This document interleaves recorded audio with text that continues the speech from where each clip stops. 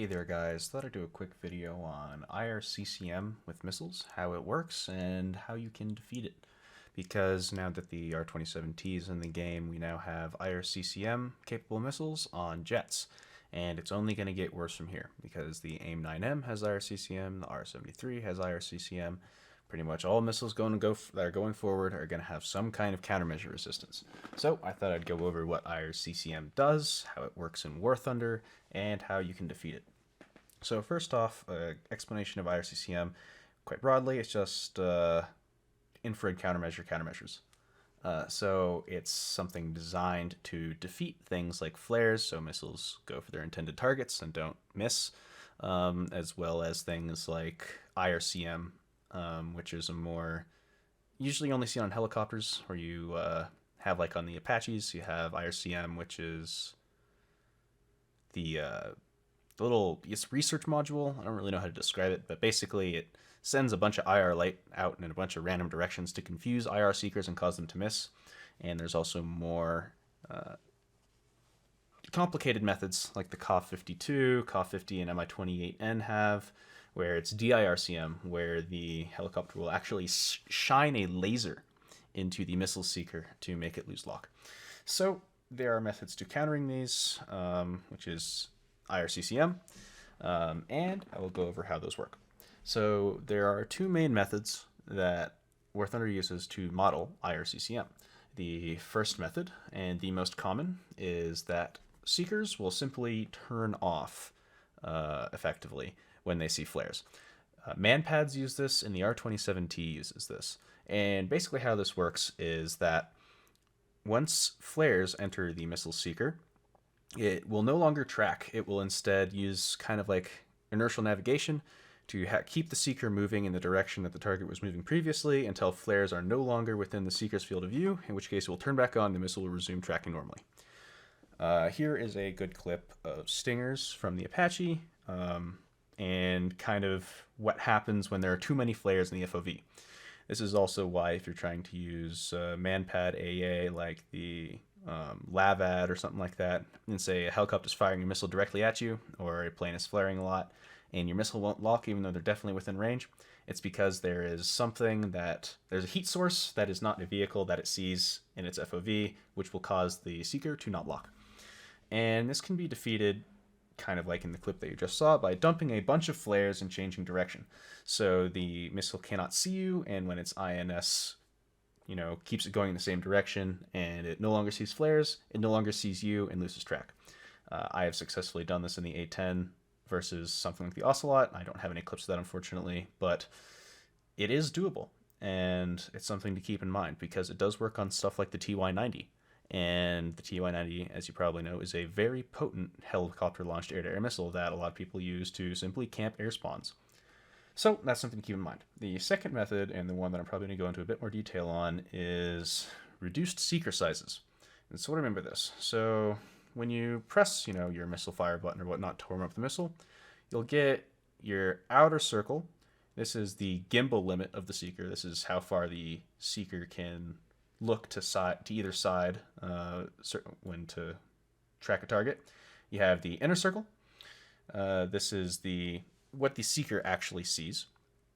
And then on missiles with IRCCM, I don't think actually any missiles with IRCCM currently in the game use this, although the R-27T used to use this on the dev server, which is why it was so good.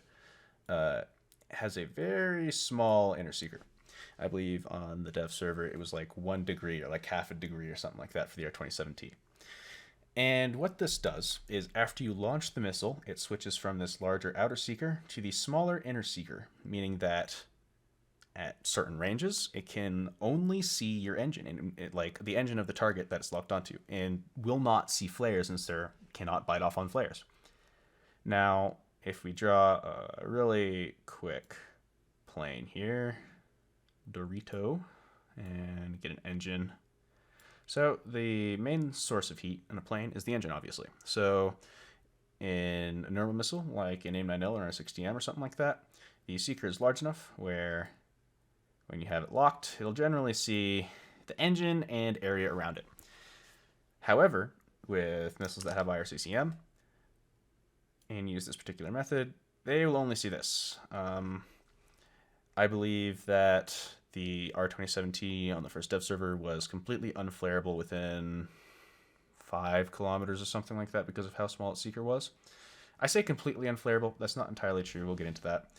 But it's very hard in any case. So this is also why it's very hard to flare missiles at incredibly close range, like even just normal missiles like the R16 M9L, is because as they get closer, the seeker will see less and less of the surroundings of the engine and more of just the engine.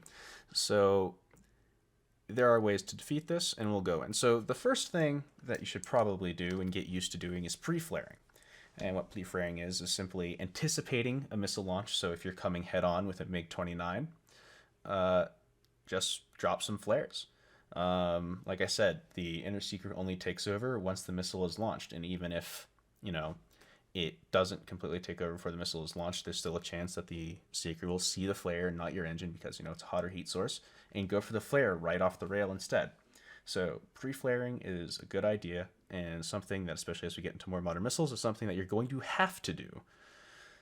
So the second method is to obscure your engine with flares. So normally, seeker, would only be able to see this if you have flare launchers on like the side of the engine like that, which is what they normally are for aircraft.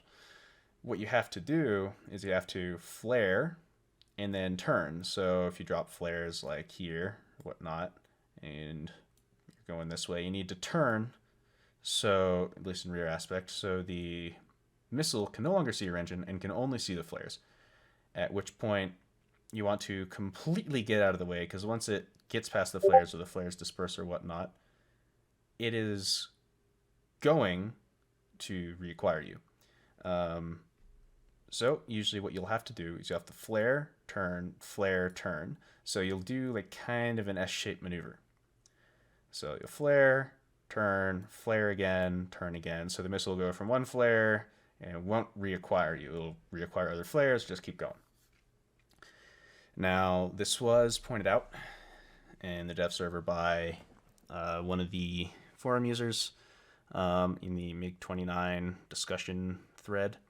And a lot of people are saying that the missile just malfunctioned because instead of, directly going for the flares super hard, it instead just self-destructed. And that was actually because it had been defeated by flares and it no longer required an engine, so it just blew itself up like IR missiles do when they lose lock. In any case, this is how you're going to have to approach defeating missiles in the future, especially as we get into more advanced aircraft. I hope this is informative and helpful for you guys, and I'll catch you in the next one.